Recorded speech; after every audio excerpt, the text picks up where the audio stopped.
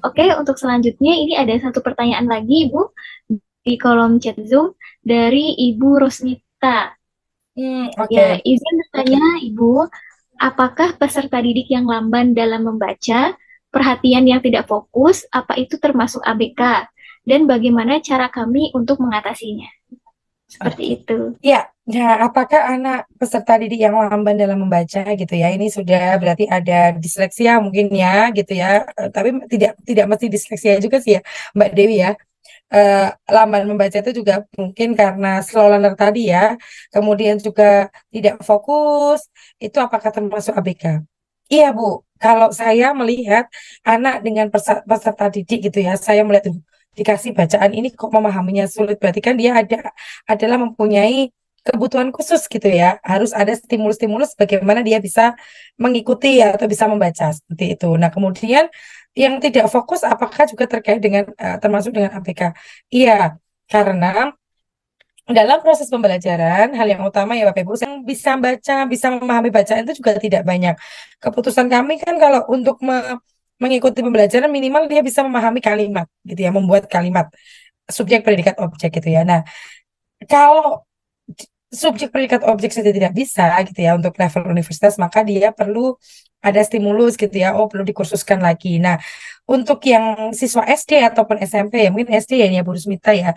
SD ini kemudian lamban membaca, dicoba kira-kira sebelum memutuskan itu ABK atau bukan, eh, bisa dilakukan pemberian treatment dengan les gitu Bu. Misalnya diberikan les selama seminggu 3 kali itu ada perubahan atau tidak.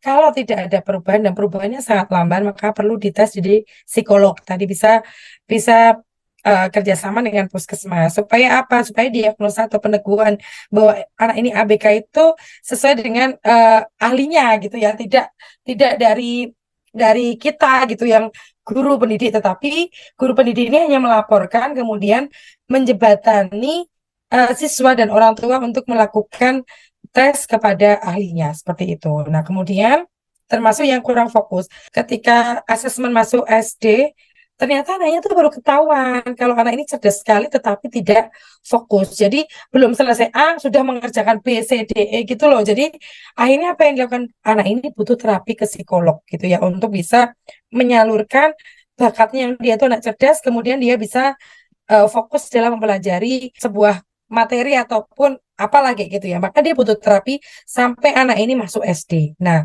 mungkin Bu Rosmita bisa kalau sudah ada dua indikasi ini ya, lamban dalam baca, kemudian ada anak yang tidak fokus, mungkin bisa disampaikan ke orang tua dengan memberikan saran perlu tes di psikolog gitu ya, supaya anak ini potensinya lebih terarah. Seperti itu sih Bu Rosmita. Izin Uh, bertanya Ibu, Assalamualaikum. Ya Ibu, Iya, Ibu. perkenalkan saya Ibu Nur Aida dari Bandung.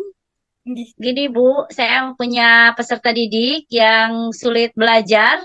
Terus sekarang sudah naik ke kelas 6. Selama 6 tahun saya dampingi, tapi anak tersebut masih belum bisa mengikuti belajar secara normal. Dan ya, saya telah menghubungi kedua orang tuanya. Ternyata kedua orang tuanya juga sama, Ibu, tidak bisa apa-apa. Untuk menulis nama anaknya juga masih terlalu salah. Saya diulang-ulang, diajarin tetap salah. Saya bimbing namanya masih tetap tidak bisa. Untuk seperti itu, bagaimana caranya, Ibu? Untuk Hmm, menanggulangi di sekolahnya apa? Harus naik terus karena anaknya sekarang sudah usianya 14 tahun. harus bagaimana gitu ya Bu Nuraida ya. Oke. Naik terus dengan kelulusan dengan tidak bisa menulis, kalau menyalin bisa, tapi ketika suruh dibaca tulisannya dia bingung. Oh berarti membaca juga nggak bisa Iya, juga ya. tidak bisa. Iya, Bu. Saya Hmm, menganjurkan dengan guru kelas 6-nya begini. Saya diskusi dengan Pak Sekdis, ini bagaimana peserta didik saya seperti ini, kembalikan kepada orang tuanya juga sama, apalagi berada di lingkungan masyarakat di bawah gitu ya Bu. Saya ingin membantunya karena kemarin di kelas 5 satu semester tidak sekolah, saya jemput bola ke rumahnya, kasihan dengan anak. Nah, ayo sekolah, Ibu bantu sebisanya. iya. Ternyata kata dari dinas, biarin Bu masuk aja, tapi karena di kelasnya juga tidak bisa apa-apa, paling teman-temannya kalau yang sudah selesai bantu aja, tapi karena anaknya masih sulit juga, apakah sekarang di kelas 6 bisa lulus dengan nilai seperti apa gitu, Bu? Bingung ya Bu ya. Iya, Oke, terima kasih Bu Iya, Nuraida. itu aja Bu. Terima kasih Bu. JNJ itu aja Bu. Nggih, terima Iya. kasih ya Bu. Ya, itu saya pernah mengalaminya Bu, mengalaminya sendiri di SD tempat saya belajar dulu tuh ada tetangga saya yang sekolah ya di SD itu. Jadi dia jadi teman saya sampai adik saya. Jadi di SD itu 12 tahun ada karena memang tidak bisa membaca gitu ya, tidak bisa membaca, tidak bisa mengikuti pelajaran. Akhirnya lulus-lulusan aja seperti itu. Nah, kalau melihat kondisi ini kasihan sekali ya Bu. Saya turut prihatin karena kayaknya juga karena stimulus dari orang tuanya yang tidak ada ya Bu. Jadi memang ini bukan salah anak ini kemudian tidak bisa, tapi lingkungan juga tidak mendukung dia untuk bisa belajar. Mungkin bisa jadi anak ini sudah slow learner, tetapi tidak distimulus. Nah, harusnya anak seperti ini mungkin tidak masuk ke SD ya. Dan kayaknya Bu guru yang di kelas satu mungkin juga udah pusing ya Bu ya. Atau Saya dari sebenarnya kelas satunya, Bu. Saya guru kelas satunya. Naik ke kelas 2, kelas 3. Nah, di kelas 5 kemarin karena dia punya perasaan malu, tidak masuk. Karena saya jemput lagi, ya. masuk lagi. Sekarang udah ada di kelas 6. Tapi pembelajarannya tidak bisa mengikuti seperti biasa gitu, Bu. Oh, dan itu kalau naik kelas nilainya gimana Bu? Nilainya tuh di pas KKM aja, Bu.